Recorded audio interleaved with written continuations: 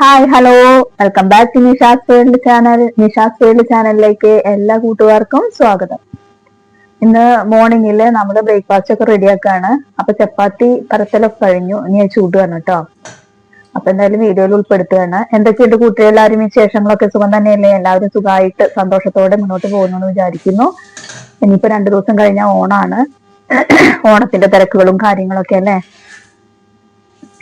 ഇനി നമുക്ക് അച്ചാർ ഉണ്ടാക്കാനുണ്ട്, വടുകപ്പുളി അച്ചാർ ഉണ്ടാക്കണം. ആ കാര്യങ്ങളൊക്കെ ചെയ്യാനുണ്ട്. പിന്നെ ചപ്പാത്തി ഉണ്ടാക്കി കഴിഞ്ഞു കേട്ടോ. ചപ്പാത്തി നമ്മൾ ചുട്ട് കഴിഞ്ഞു. അതിന് നമ്മളൊന്ന് ഓയിലൊന്ന് സ്പ്രെഡ് ചെയ്ത് കൊടുക്കും. നെയ്യ് ഉണ്ടെങ്കിൽ അതും നല്ലതാണ്.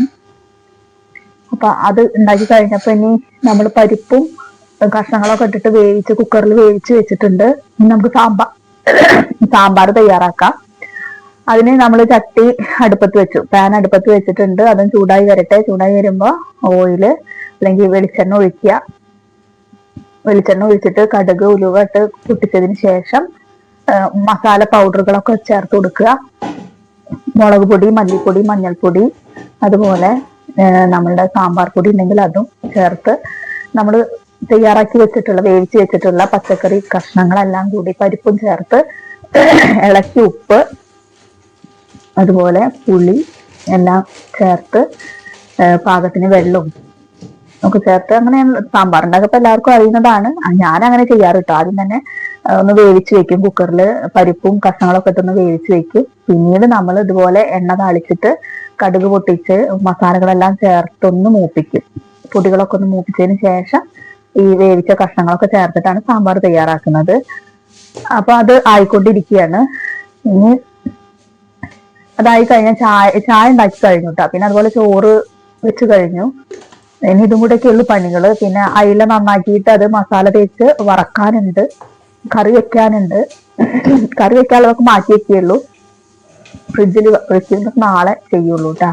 ഇപ്പൊ കറി ഇപ്പൊ സാമ്പാർ ഉണ്ടല്ലോ, അതുകൊണ്ട് പിന്നെ ഇനി ഒരു കറിയെ പറ്റി ചിന്തിക്കണ്ട.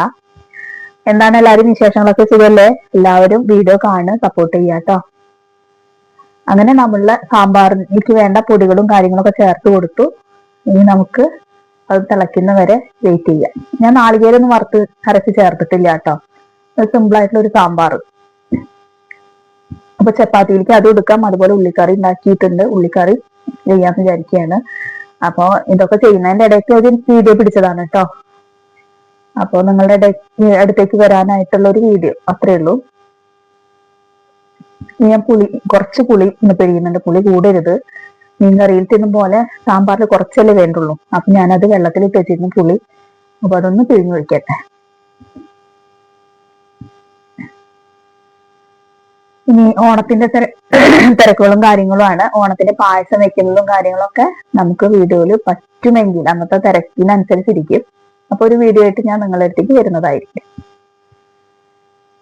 അങ്ങനെ നമ്മളുടെ സാമ്പാർ ആയിക്കൊണ്ടിരിക്കുന്നു. എന്തിനോ വേണ്ടി തിളയ്ക്കുന്ന സാമ്പാർ അല്ലേ. അപ്പൊ അപ്പുറത്തെ അടുപ്പിൽ നമ്മള് കുടിക്കുന്ന കുടിക്കുന്ന വെള്ളം ആയിക്കൊണ്ടിരിക്കുകയാണ്. അപ്പൊ ഇന്നത്തെ വീഡിയോ ഇങ്ങനെയൊക്കെ തന്നെയുള്ളൂ. Okay, by.